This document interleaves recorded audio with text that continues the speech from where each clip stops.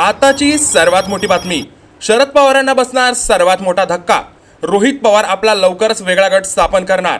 नेमकं काय घडलं? आताची सर्वात मोठी ब्रेकिंग न्यूज आणि थरारक बातमी राष्ट्रवादी काँग्रेस पक्षातून येत आहे. शरद पवारांना त्यांच्या घरातूनच मोठा धक्का बसणार की काय? युवा नेते आणि आमदार रोहित पवार यांनी वेगळा गट स्थापन करण्याची तयारी सुरू केल्याची धक्कादायक माहिती आता समोर आली आहे. यामुळे राष्ट्रवादी काँग्रेसमध्ये प्रचंड मोठा गोंधळ पडणार असल्याचे चित्र स्पष्ट दिसू लागलं आहे. सूत्रांच्या विश्वासू माहितीनुसार रोहित पवार यांनी गेल्या काही आठवड्यांपासून आपल्या निकटवर्तीयांसोबत आणि जिल्हा पातळीवर कार्यकर्त्यांसोबत अनेक गुप्त बैठका घेतल्या आहेत.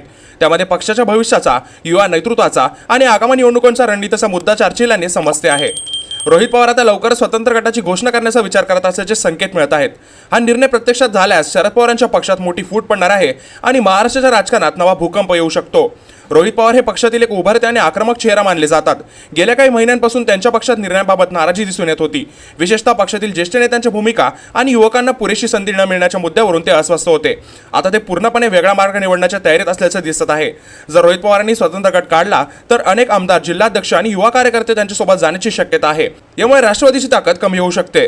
पक्षातील वरिष्ठ नेते या घडामोडीमुळे अतिशय चिंतेत आहेत. शरद पवार यांचे निकटवर्तीय सध्या परिस्थिती नियंत्रणात आणण्यासाठी प्रयत्न करत असल्याचे समजते. मात्र रोहित पवार यांचे समर्थक ठाम भूमिकेत आहेत. त्यांचा दावा आहे की पक्षाला नवी ऊर्जा आणि नवी दिशा देण्यासाठी हा निर्णय आवश्यक आहे. दुसरीकडे विरोधकांचे म्हणणे आहे की हा फक्त व्यक्तिगत महत्त्वाकांक्षा आणि सत्तेचा खेळ आहे. या घडामोडीचा परिणाम केवळ राष्ट्रवादीपुरताच मर्यादित राहणार नाही. महाराष्ट्रातील सत्ता संघर्ष, आगामी विधानसभा निवडणुका आणि इतर पक्षांच्या रणनीतीवर याचा मोठा प्रभाव पडणार आहे. काही नेते या फुटीचा फायदा घेण्याच्या तयारीत असल्याची चर्चा रंगली आहे. आता सर्वांच्या नजरा रोहित पवार यांच्या पुढील कृतीकडे लागल्या आहेत. ते कधी आणि कशी घोषणा करणार, शरद पवार यांचा यावर काय प्रतिसाद असेल आणि पक्षात शेवटी काय होणार हे पाहणं आता अत्यंत रोचक ठरणार आहे.